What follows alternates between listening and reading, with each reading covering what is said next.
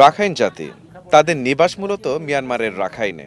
তবে 18 শতকের শেষ দিকে এই সম্প্রদায়ের কিছু মানুষ চলে আসে বাংলাদেশের উপকূলীয় অঞ্চলে। এদের মধ্যে বেশিরভাগ এখন বাস করেন কক্সবাজার, পটুয়াখালী ও বরগুনায়। সোমবার সকালে পটুয়াখালীতে রাখাইন জাতির মানুষের সঙ্গে দেখা করেন এনসিপি নেতারা।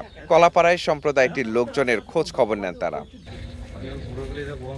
বেলা 12টার দিকে শুরু হয় এনসিপির পদযাত্রা। শহরের সার্কিট হাউস থেকে নিউ মার্কেট পুরান বাজার ঘুরে আবারও সার্কিট হাউসে এসে সমবেত হন দলটির কেন্দ্রীয় নেতারা। এ সময় নতুন বাংলাদেশ গড়তে পুরনো কলঙ্ক মুছে ফেলার ডাক দেন তারা।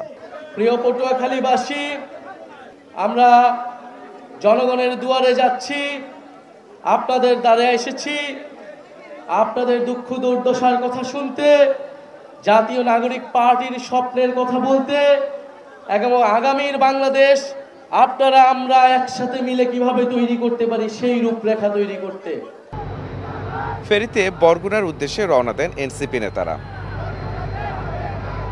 শহরে নেমেই প্রথমে চলে যান শহীদ পরিবারের কাছে, মনোযোগ দিয়ে শোনেন তাদের কথা। কোন নির্দিষ্ট পার্টির আন্ডারে গণঅভ্যুত্থান হয় নাই, কিন্তু গণঅভ্যুত্থানের একটা মাত্র দল আছে বাংলাদেশে, সেটা হচ্ছে এনসিপি।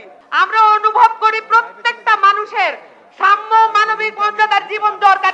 জেলার প্রেস ক্লাবের সামনে পথসভায় বরগুনাবাসীর নানা ভোগান্তির চিত্র তুলে ধরে সমাধানের আশ্বাস দেন এনসিপি নেতারা। জুলাই গণঅভ্যুত্থানের পরে চাঁদাবাজ এবং দুর্নীতি আবারও চেপে বসেছে বাংলাদেশ রাষ্ট্রে। আমরা বলেছিলাম যে চাঁদাবাজ এবং মাফিয়াদের যে সিস্টেম টিকিয়ে রাখে সেই সিস্টেমের আমরা পতন চাই। মঙ্গলবার ভোলা ও বরিশালে পথসভার কর্মসূচি রয়েছে জাতীয় নাগরিক পার্টির। মাহাদি হাসান, স্টার নিউজ।